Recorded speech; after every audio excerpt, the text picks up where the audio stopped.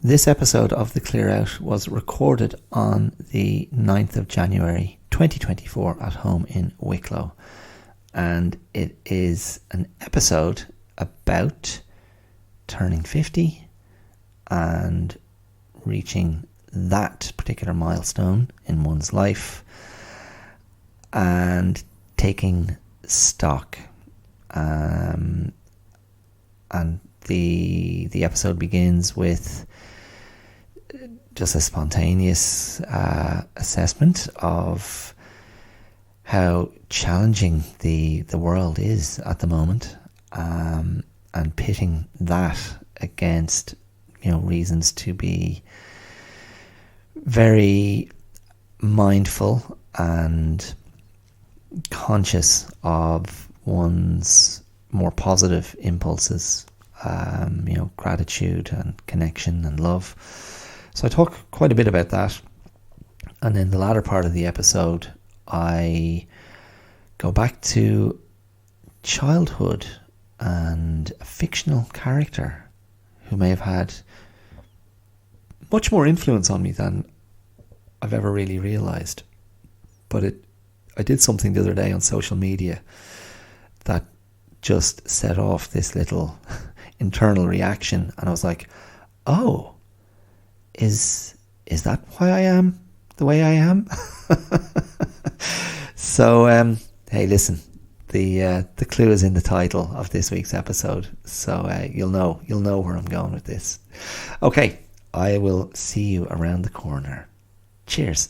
Ooh, not gonna change my mind, leaving the dream behind, keep my emoji inside. Hi, my name is Dara Clear, and you're listening to The Clear Out. You're very welcome. Thank you for choosing this episode to listen to. I really appreciate you selecting this over the very, very many others. The absolutely saturated marketplace of podcasts. So if for some reason I found my way to your screen or your pod platform of choice and you went, yep, I can handle a bit of this, I thank you. So I'm trying to front load what I'm doing with gratitude, and there are many reasons to be grateful. Maybe that's not so obvious. Maybe that's not so obvious. I think a lot of us struggle to get there, to get to a place of real gratitude. Because I think if that's something you can access in a really meaningful way, it's a source of strength. It's something that can inform your resilience. Of course, it can inform your broader sense of contentment or happiness, of wellness, and I think it's very connected to perspective. And let's not kid ourselves. The world we find ourselves living in at this moment is it's pretty confronting. There's a lot of stuff to upset one. There's a lot of stuff to distress. There's a lot of stuff to enrage and infuriate. There's a lot of stuff just to simply, I think, evoke feelings of absolute despair and hopelessness. That's my pep talk. Hey, good luck with the rest of your life. And of course, I'm thinking of Palestine, Gaza, Israel. I'm thinking of Ukraine. I'm thinking of different atrocities and acts of terrorism and fundamentalism and fanaticism. I'm thinking of the global warming crisis that keeps on rolling. I just read a headline saying that 2023 was the hottest year ever by a significant margin. I'm terrible on the science. That's just not where my curiosity lies. I've got friends who are really passionate about this and go very deep. I do find myself often just thinking, is this just a larger solar / planetary cosmic cycle where the Earth is heating up? Are we still doing terrible things to the planet? I mean, I know that sounds like an extraordinarily naive thing to say, and I don't wish to sort of indict myself for the depths of my ignorance, but yeah, are we doing any better at all? It just seems that we're going to be swapping one set of problems for another. Electric cars, I'm told, are part of the solution, but then I'm also told, but electric cars aren't really that efficient, and they're not particularly efficient to make, and they're not really going to be truly efficient and affordable for quite some time. And I think that word affordable is one that probably budges its way to the front of the queue when I think of a sustainable life. What's affordable? And it just seems to me that the general trend over now, like the last 15, 16, 17 years of my life, and of course this coincided with 10 years of living in Australia and in Melbourne, one of the most expensive cities in the world, and then coming back to an overheated economy here in Ireland. So affordability is it's a real existential question, and I just think, God Almighty, like how, as countries, as societies, as governments, how has this got so far out of control? How are we getting it so wrong? And of course, I speak from a position of relative poverty, and again, this is testament to my own background as a freelancer, working in the arts, working as a freelance teacher, working in kind of low-paying sectors, and I make no apologies for that. I do find myself at this stage of my life occasionally regretting some of those choices, but mostly I'm like, no, I knew what I wanted to do and I knew what I didn't want to do, and so maybe for someone who's was chasing the money from a young age, and again, I'm not saying that in an accusatory sense, like some people are just, no, money is the answer.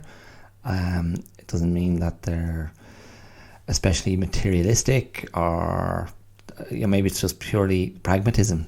I have a cousin who's a very successful business person, and I remember a conversation with him where he was very clear that from a young age he was like, I'm going after money because money equals security and stability, and he's in a very good position in his life now, and I wish him nothing but good things. But I didn't make those choices, and I am not in by any material measure, I am not successful, and I am broadly extremely comfortable with that. But having just turned 50, thank you very much for the birthday greetings. I don't to overstate the love that was sent my way on social media. Inundated would definitely be an exaggeration, but I did get some nice messages from lots of people. And I mean, this sometimes is one of the upsides of social media, where a voice or a name from the past reaches out with a little happy birthday. Very much appreciated. I'm saying this to to an audience, none of whom probably reached out to me on social media. But yeah, in any case, I kind of come back to this idea of, or this kind of unfortunate or sad or depressing reality of affordability. And I just think a basic standard of living should be affordable and sustainable and if you're living in a place where you can't say that, where that simply isn't true, where basically the only people who are sort of doing well are at the very kind of the top of the tree, financially, economically speaking, socially speaking, and for everyone else it's just this mad, frantic scramble, or people who are massively over leveraged, massively in debt, can't afford, emergency financial crises. And then you go down further and people are just not living a quality life at all. And there's just the constant stress of, can we survive? Can we get through? Can we make it to next month? And then in Ireland, if you're a renter, which I am, which my wife and I are and have been all our adult lives, you just have that sort of cloud looming over you all the time. Are we going to be able to stay here? Will we have to move out? Will we have to move into a smaller place? Can we afford it? All of that stuff. And it's, if you're in the wrong headspace, that can really, really kind of weigh down on you. I know my wife finds that very difficult a lot of the time. And if you think all those years of renting and not securing anything, I guess in your 20s and 30s you sort of can laugh it off a bit or breeze through it or go, no, something's going to happen, something's going to change. And that is, I don't know, I don't want to call it magical thinking, but the evidence doesn't really support that, I suppose. And I was just having a conversation about this too, with a friend of mine yesterday. And so many of my contemporaries, many of whom didn't go into the arts, some of whom did.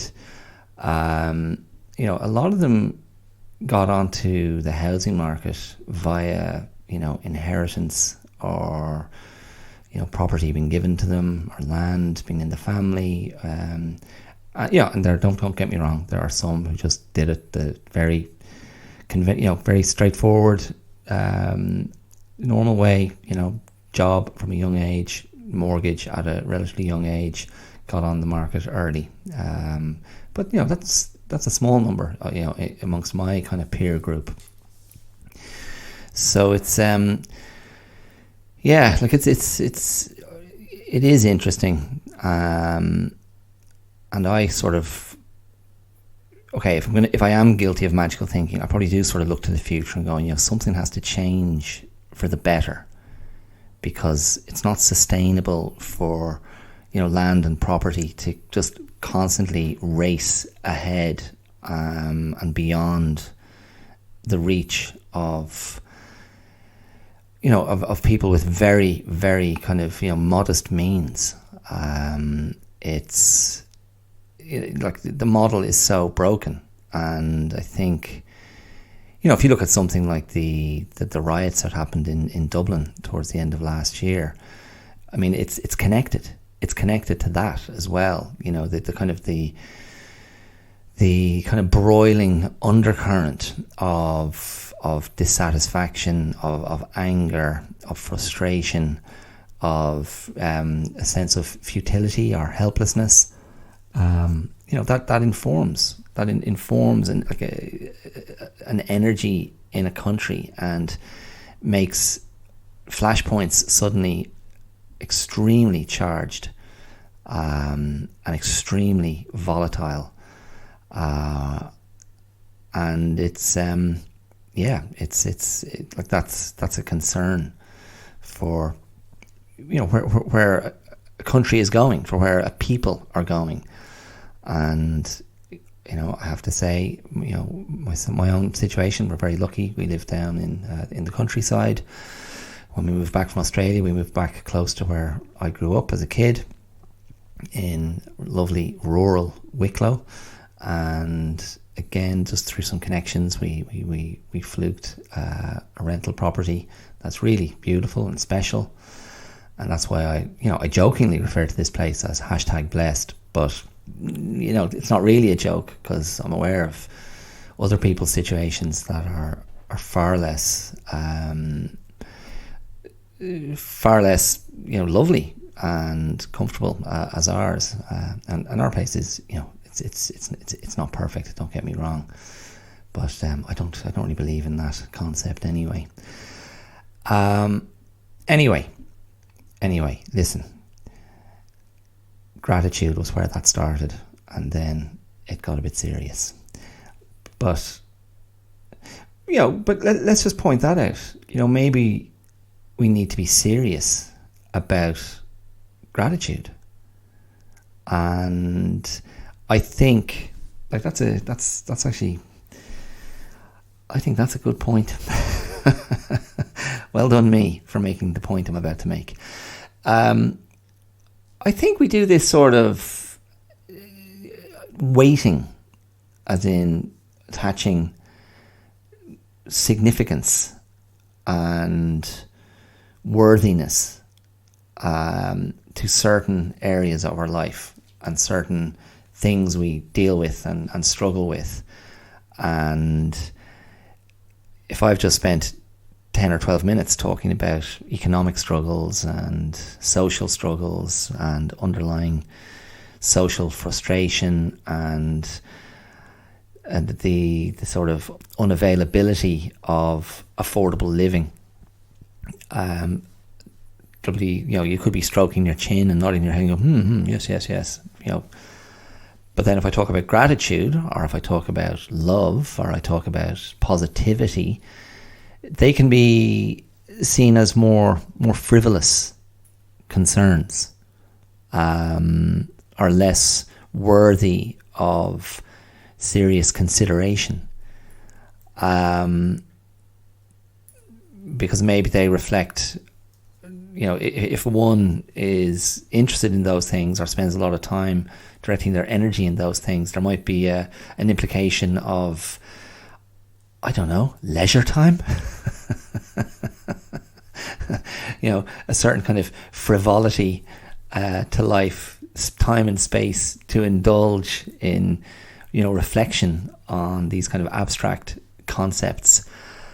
My argument is no. I reject that idea. I reject that undervaluing of these things. And certainly how I think of wellness and resilience, and healthy survival and healthy endurance, which is not the same as striving, as thriving. Sorry, it's not the same as thriving.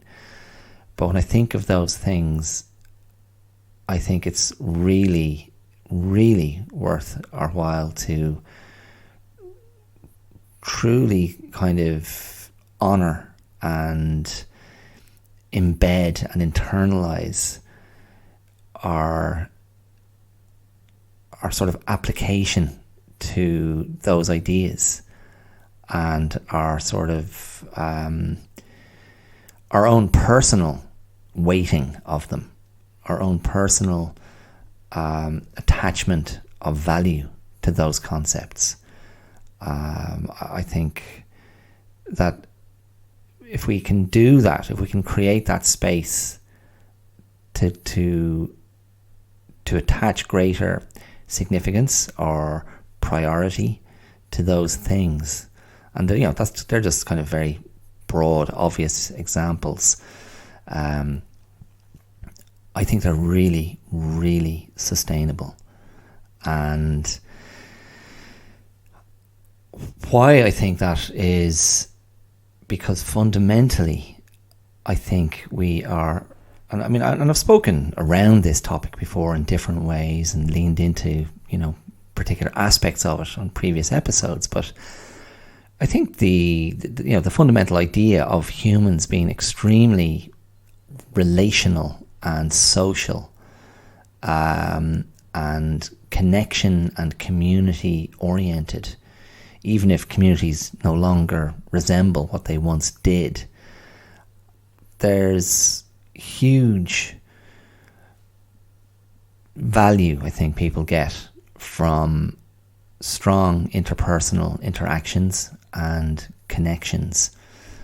And I think it's very, very, and maybe nowadays it's even more meaningful than it's ever been in the past, because we can feel so disconnected, because we can feel so removed from a larger connection, or a connection to a larger group, because the striving to survive has dominated so much, and because and again, this is I don't want to be hysterical or iconoclastic or too shrill and pearl clutching in the perspective I'm presenting, but the sort of mass infiltration of the digital age and technology and devices and screens and, yes, social media, the way the technology has been sort of weaponized in a social currency way has broken something in us as people, and it's kind of broken our brains in a certain way, and we engage with life so much via media, and not in the immediate, in the flesh, in the real world sense. Now, okay, of course you can, well, no, in my working week I'm out doing this and I'm not on a screen. A lot of people are on screens in their working lives as well. But the way we just engage with the world at large, and the way we are conditioned and catered to by the algorithm, our algorithms, if you don't want to make it as ominous as the algorithm, it's completely kind of twisting our perceptions, and it is constantly curating and sort of siloing the world we see, rather than us as individuals curating what we want to see, or seeking out our own understanding or our own avenues of engagement, or our own means of engagement or education or connection or whatever it might be. And maybe if you're Gen X like I am,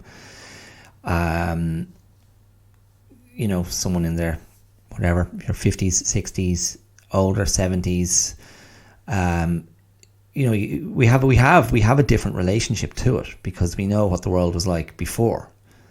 And I think the tentacles of tech haven't gone in as deep as they are doing with, are we on our second generation of digital natives? We must be at this stage. Like, kids who grew up with the tech all around them, and now their children, those brains are receiving such dramatically different stimuli and input, and are being shaped by those experiences, and shaped by that input, and shaped at a very young age by what's been presented to them by the big tech companies and streaming services and Google and all the rest. And so, to go back to my original point, I think when you can meet someone in the flesh and you still know how to engage with another human being and bring real attention to that moment and bring real attention to that engagement and to that other person or those other people, I think people really value it. I think it's of enormous benefit, and I think it gives people like a health boost, emotionally, psychologically. And I think if you're emotionally and psychologically well, your physical health benefits also. It certainly doesn't hurt it.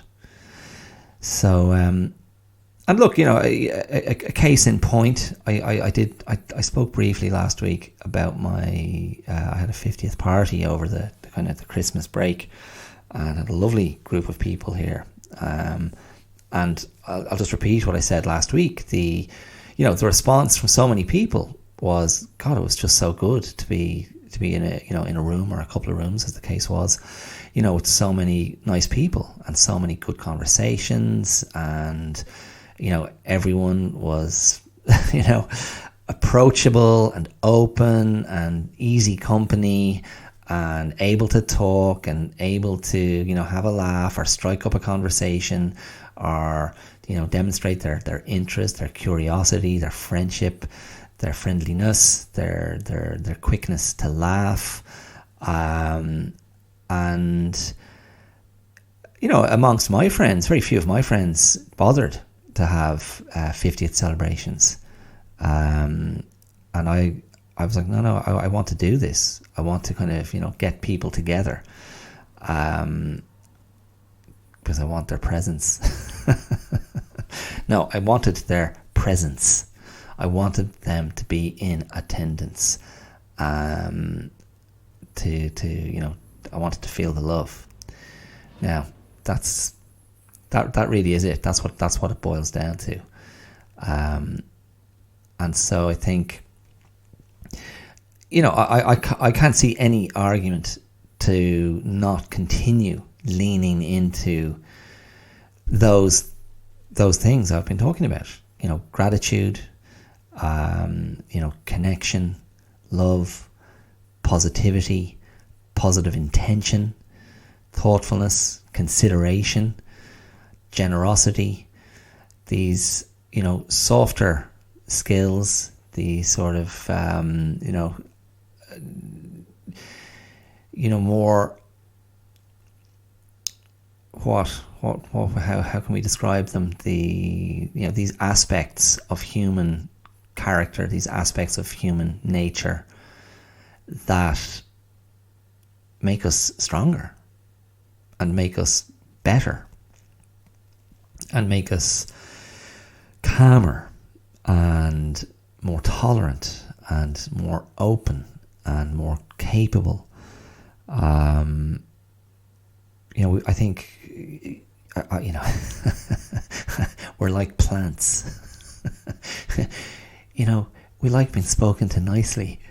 We like receiving, the love. We like receiving good vibes, a little bit of care, a little bit of nurturing. We like being moved into the sunlight every now and again. Speaking of which, I had to remove, I bought myself a large hoodie at the weekend. It was very cheap, and I just thought that's going to be a very cozy hoodie to have through the winter. And I had to take it off before I pressed record, because I'm sitting in the window here in the green room and #blessed, and the sun was just hitting me with some real heat through the window. I was out earlier just to do a little bit of grocery shopping, and I hurt my back. Not doing anything athletic or strenuous. I was trying to reach for a fresher loaf of bread at the back of the shelf in the supermarket, in good old Aldi. And Aldi does this thing. It's very, it's infuriating. They put out their stock and fill the shelf with stock that's going to expire like in 2 days, And it's like, oh man, I know they have I know they have better stuff, in the stores in the back. So I often will reach to the back of the shelf in the hope that there's some fresher produce there. And yeah, in the process of reaching for the produce, I just felt a little twang in my shoulder, upper back shoulder. It's like, it's been annoying me ever since. There you go. That's that's my life. I also went to the sea. I tried 2 different beaches this morning, and my God, yeah, that was rough water. I wasn't getting into it. But I have managed to have... Have I managed to have 2 or 3 swims since I last spoke? It was my birthday on Sunday, and I was determined to get up early and just have a little time to myself and just put myself through, I mean, if I say ritual, I'm adding greater significance to it. But I did. But that said, no, I mean, maybe that is the right word. I really wanted to mark the moment of, beginning my 50s. And so I was up early. I walked the dog in the dark in the woods, and then I drove down to the sea, and I did some qigong breathing exercises, the one I do most mornings here, and I did them on the shore. It was very, very cold. I had my new hoodie on, and I had a puffy jacket on top of that. I was very cozy, but the temperature and the bit of wind was quickly taking away my body heat. So I did that, and then I just had this fantastic sunrise swim, and it was very cold, but my God, it was beautiful. And like the roads were frosty heading down to the coast. I could see the frost sparkling on the road in the headlights of the car. No ice, thankfully, but a properly cold morning, and just perfect. I was just so happy. I'd had a lovely afternoon swim the previous day, the last day of my 40s. I'm going to come back to that in a second, because I put something up on social media, which I'm going to return to in a moment. But the birthday swim at sunrise, and there was just this low bank of dark cloud on the horizon sitting just above the sea, and the sun was coming up behind it, illuminating it, and just kind of marking it in stark contrast against the sky. And by the time I got out, the sun was right behind those clouds, a real deep orange, reddy orange sun, and it looked like the sky was on fire. It was just beautiful. And yeah, I come back to gratitude, going, great, like how lucky am I to have the energy to get my ass out of bed in the middle of winter, take the dog for a walk, and get my butt down to the sea, and then also have the energy and the sort of I don't want to overstate it, but there's a psychological hurdle you have to get over to put yourself into cold water, in just your togs. And okay, I wear 2 silicone caps, that's it. That's my protective layers against the cold. But my God, for me, the perfect start to the day, the perfect start to my 51st year, the perfect start to my 50s. And I just have this relationship to the cold weather, and when it's it's dry and cold and fresh, I love it. It's for me, it's historical. It's about, particularly more as I got older, as an adult, just going, yep, my birthday, get out there in the morning, do something outdoors, put yourself out there, whether it's doing karate, doing kata, drills, doing tai chi, some sort of conditioning, and in recent years just taking myself and putting myself in the water and swimming. Brilliant. And then back home for a bit of birthday breakfast with my girls, and then out for a lovely lunch with my brother, my parents, and Kiara and Maeve, my wife and daughter. And it was lovely. It was really nice. That's not always a straightforward proposition with my with my family, but it was great. It was a really, really nice lunch, and the more I kind of reflect on it, or have reflected on it in the last couple of days, the more perfect it seems. It was really just, it just hit all the right notes. But yeah, anyway, I was going to say, so the previous day I had a swim on Saturday afternoon, and again, very, very cold, but a lovely day and good conditions. Quite a strong current in the sea, but not particularly choppy. And I had a regular listener to the show. She knows who she is, and a generous Patreon supporter of the show from the US. She sent me towards the end of last year a little kind of gift package, just a sort of a token of, I guess, appreciation for what she enjoys on the podcast, and also what I do on the wellness app. Aura. Can you feel my aura? She sent me some Star Wars figures, because I would have been talking about Star Wars at some point on the podcast, and a nice sort of fleece blanket for whatever. It's been wrapped around me. It's been wrapped around guests. It's been put on the couch. It is being used, I can assure you. So I had a Luke Skywalker figure it would have been from The Empire Strikes Back. He's in his khakis, and I had him in my car. I don't know why he ended up in my car. It might have been my daughter, or maybe I brought him. So anyway, I just took a couple of photographs of Luke Skywalker just sitting on the dash of my car, looking out the window at the sun over the sea. And, he again, it was just this kind of lovely sort of, I put up 3 shots, just slightly different angles. So it's as if we were getting a little story of Luke Skywalker contemplating, life, contemplating the horizon, wondering where his Jedi path will lead him, and finishing with him silhouetted looking into the sun.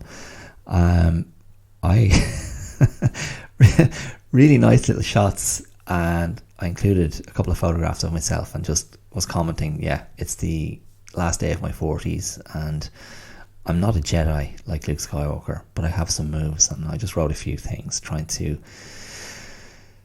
to just acknowledge the moment and acknowledge where I've arrived at this point on my journey, and that was fine. I was trying to follow a positive impulse, and that is definitely something I have incorporated more and more into my life over the last, 10 years or more, just not to question or try to second guess positive impulses.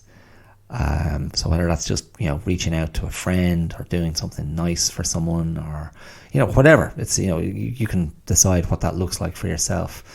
But often that is what it was for me, positive impulses of just, particularly in Australia, maybe thinking about family members or friends back in Ireland, and, reflecting on something, having a positive impulse to sort of reach out to them with a nice, memory or a nice thought. And it's a very easy thing to give. It doesn't cost anything, and it just could land in a very nice place for the person who's on the other end of it.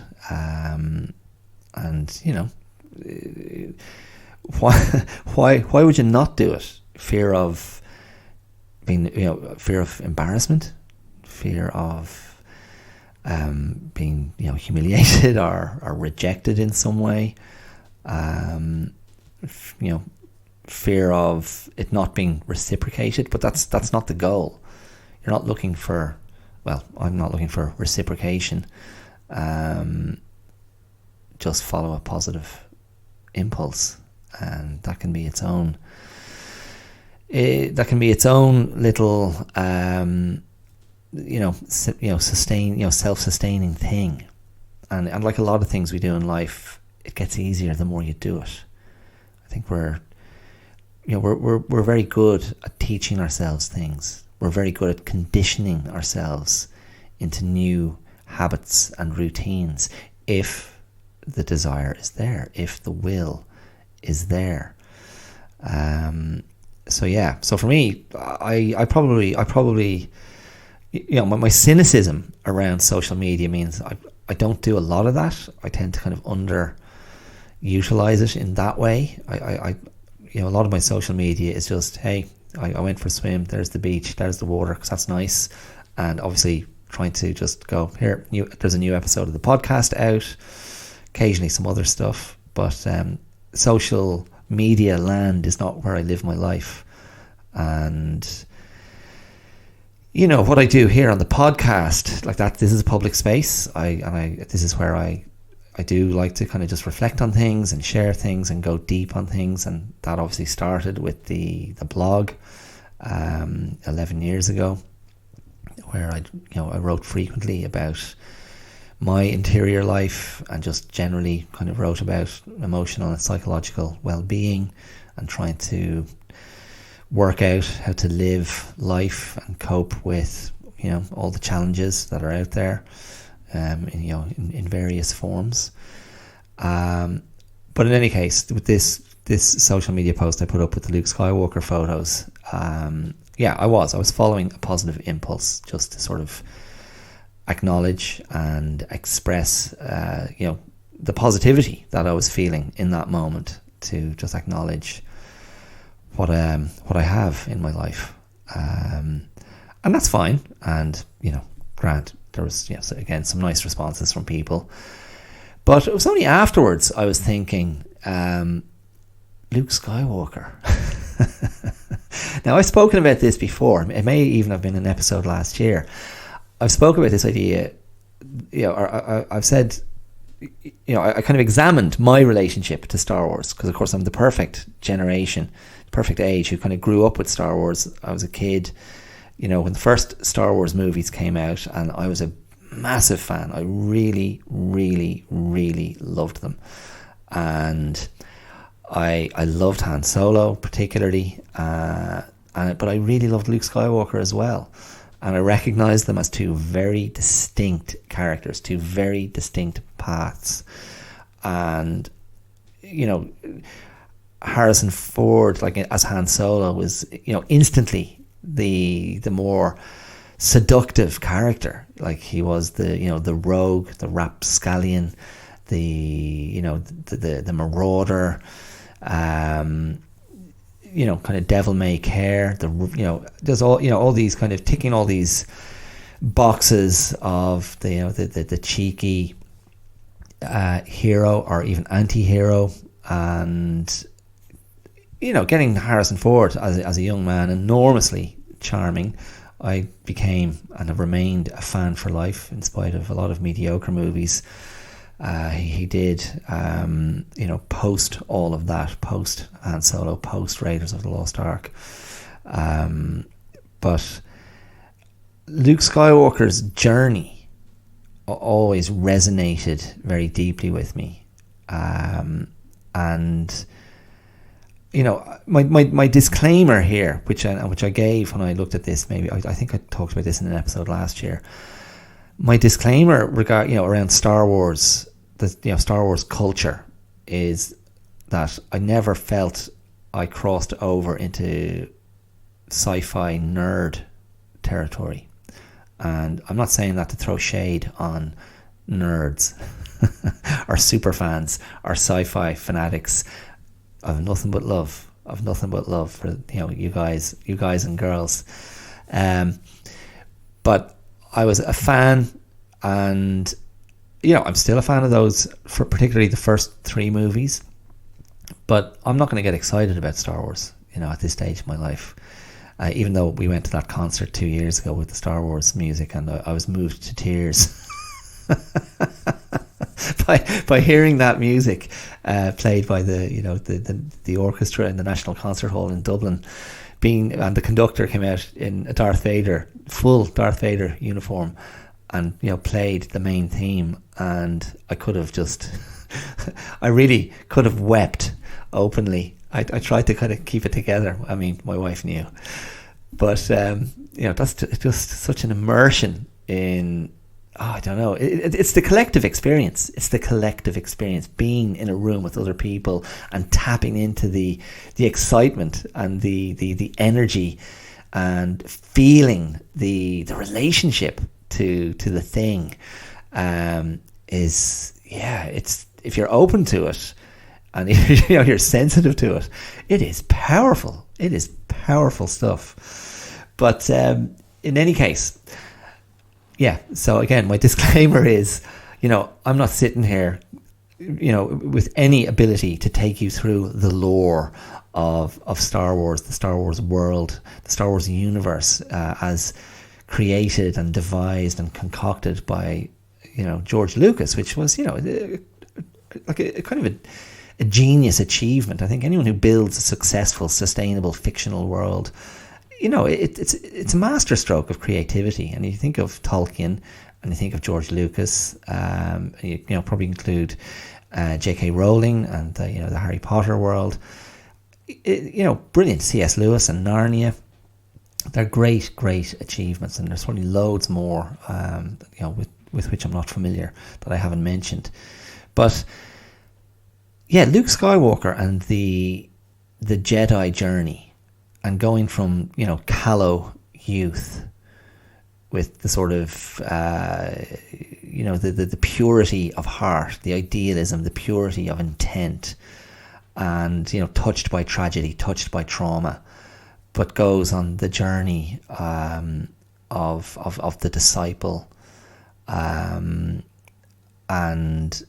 realizes he has a special gift, and goes on that journey from being so sort of young and so much the kid and being patronized through most of the first movie, and then begins his apprenticeship into the world of the Jedi Knights, under the tutelage of Yoda, the Jedi Master, in The Empire Strikes Back. And a huge part of that maturation journey is to face his own fears and face his demons. And, Darth Vader is the demon he must overcome. And he doesn't realise it, of course, at that stage, that, spoiler alert for a movie that's over 40 years old, but Darth Vader is his father. The fear of the dark father, the fear of the malign father.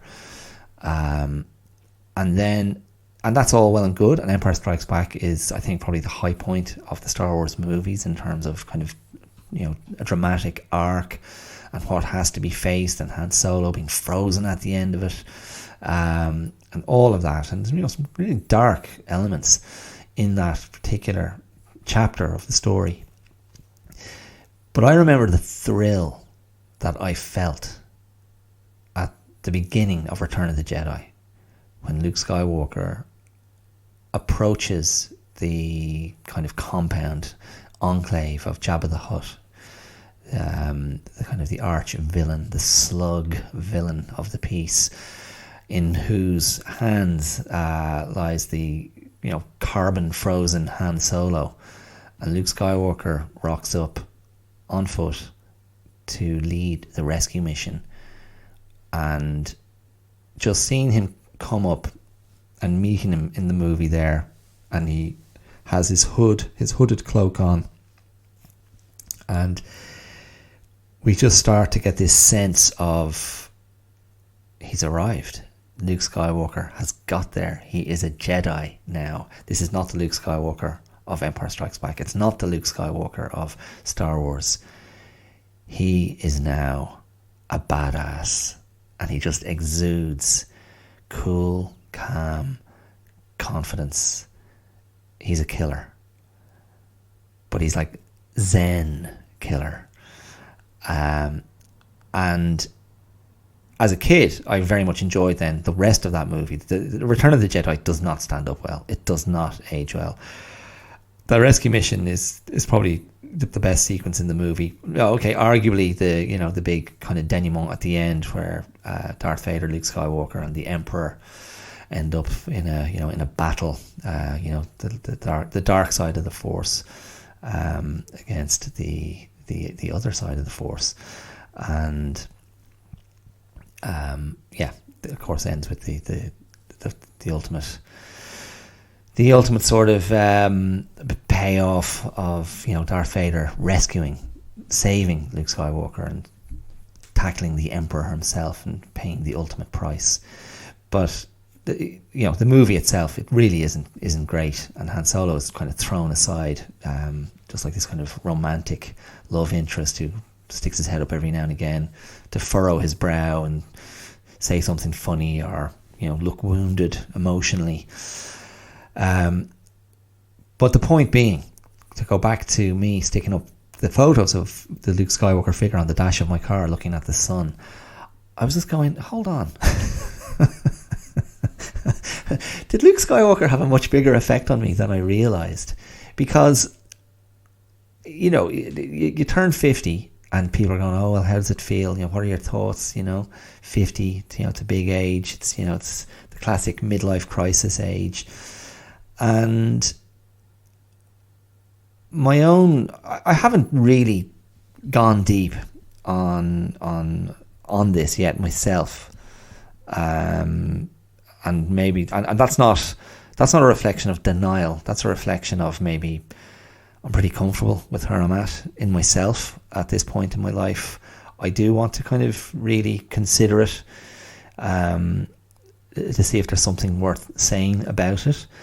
But my initial thoughts, and, you know, having said at this, you know, earlier in this episode that, you know, materially, you know, I'm not a successful person.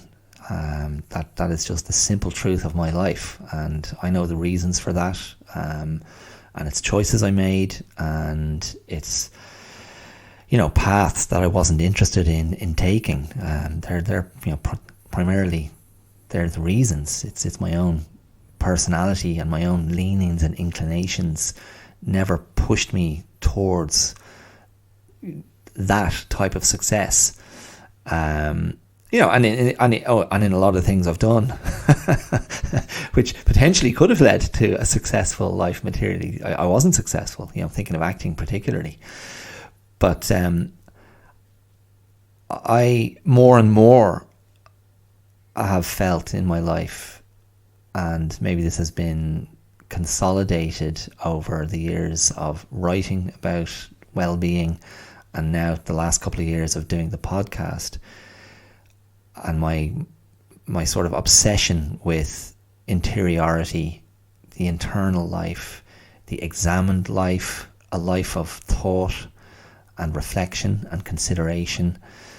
My conviction is that to make oneself solid internally is to, you know, is to reach or to possess real strength, internal strength that allows one to present something very reliable and dependable to the world, and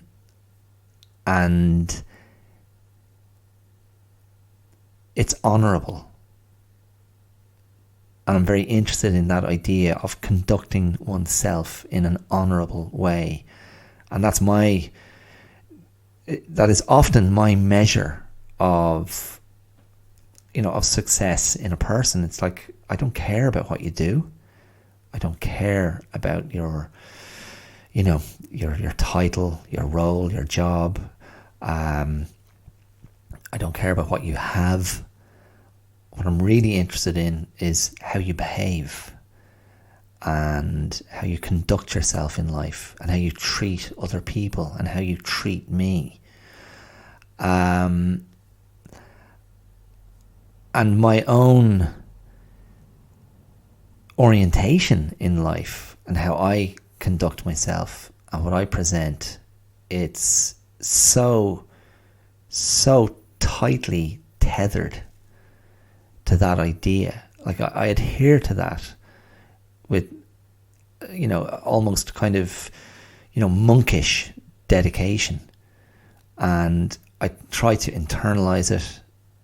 It's not about, you know, it's not about performing it. It's not about putting it out there in, a really demonstrative, obvious, ostentatious way. It's just about entering the room with a certain energy, and a sort of a calmness that is attached to humility, and openness to whatever's in the room. And the room is a metaphor. So what I was thinking was, okay, was I, without realizing it, was I really shaped by the kind of what is fundamentally in the Star Wars movies, what is fundamentally a martial arts, it's a martial arts frame, it's a martial arts kind of warrior code. It's the highly weaponized protagonist who is a person of peace and stability and balance, but is lethal. Now, just let me spell it out for you. I do not see myself as lethal, but of course I do have my long history in martial arts. I have some skills and some skill in that world, in that area. I applied myself pretty diligently for many, many years. It's not as front and center in my life as it once was, but I'm still teaching some classes and I still do my own practice, and I do have one little ritual I want to observe at some point over the next few weeks, and it is about karate and it is about my own practice. I'm just going to give myself a bit of a challenge to do something in that area,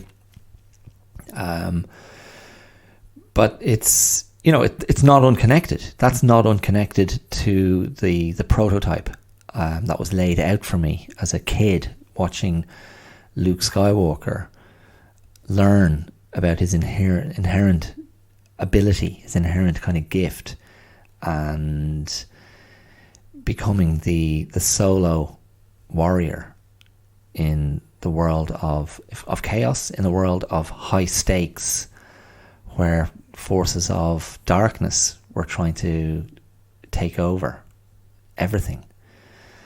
And if I find myself now, as a 50-year-old, of no means, there's a humility attached to that. It's not accidental. And that's a different way to spin it. And I mean, other people might go, for feck's sake, just get your arse out of that chair, get off that mic, and go and get yourself a salaried position somewhere, and stop all this kind of fine talk, because there's bills to be paid, hippie. I'm aware of that, being a reality as well. But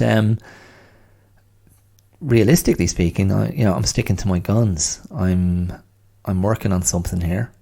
I'm working on myself, and I am trying to, I'm trying to live what I talk about. And if this is the only thing you know me by, I have no hesitation to argue my case and go, you go back and listen to every episode I've done, you will find the connective tissue. And the connective tissue is the removal of ego. And the connective tissue is the presentation of an honestly, certainly the intention of living an honest, authentic life, and being honest and authentic about that effort, and about the failures, about the little successes, about the ups and downs of that. And that's why I call this the subtitle of the pod is Wellness with Attitude. The attitude is meant to represent a constant calling of bullshit on the overly curated, overly presented, overly perfected, overly aestheticized version of wellness that thrives in the online space. I kind of detest it. And I go, I don't buy it. It seems so phony. And so many people are out there saying lovely things and looking lovely. And I'm just like, okay, yeah, great. But is it sustainable? You know, it's just too perfect. So this is my Jedi walk. Okay, I don't know what my lightsaber is. Such a phallic thing, of course. Is the mic my lightsaber? Are my thoughts my lightsaber? That's the weapon of choice if you're uninitiated to the world of Star Wars. The weapon of choice of Jedi Knights. So look, I think like if I didn't successfully complete that thought, I think I did though, didn't I? I mean, that's where I'm at. I'm like, okay, here I am. I've reached this age. On one level, I may not have a lot to show for myself, but on another level, I am deeply, I don't want to say satisfied, but I'm very cool with myself. I'm very at ease with myself. And more than ever in my life, I feel real confidence in what I'm good at and what I can do and what I can offer, both to myself and to others, whether that's people really close to me. And there's no one closer to me than my wife and daughter, and I will never not be grateful for them and what they do for me. I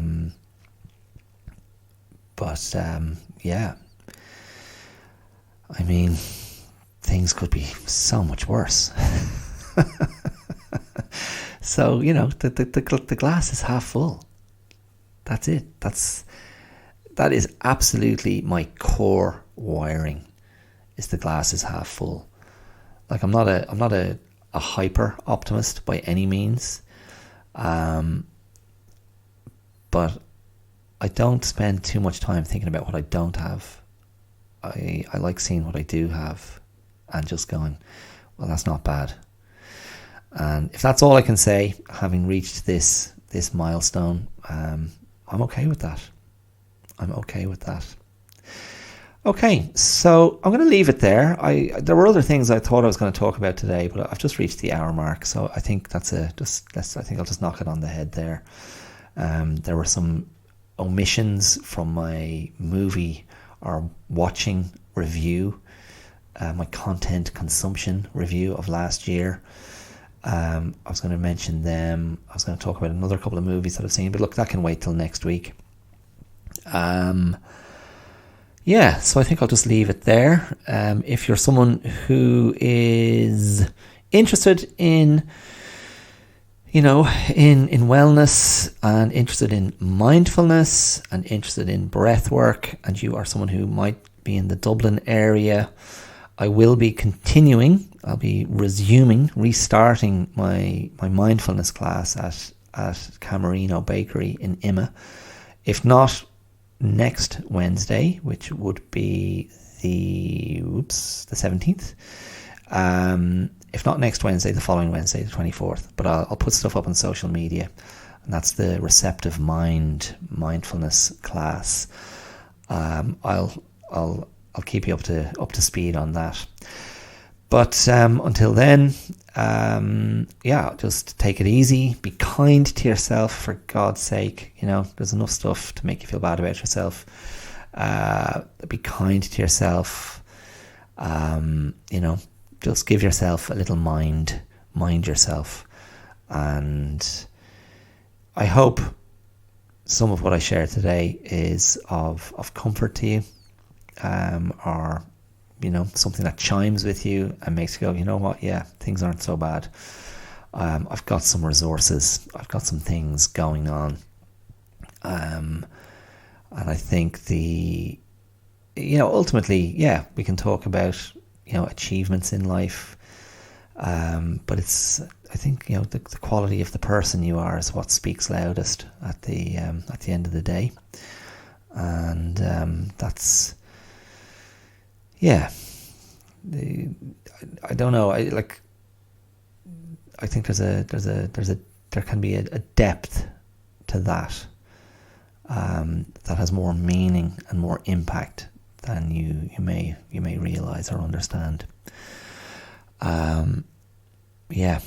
So many other things I was going to touch on. Some one particularly interesting thing, but I think I'll save that for next week.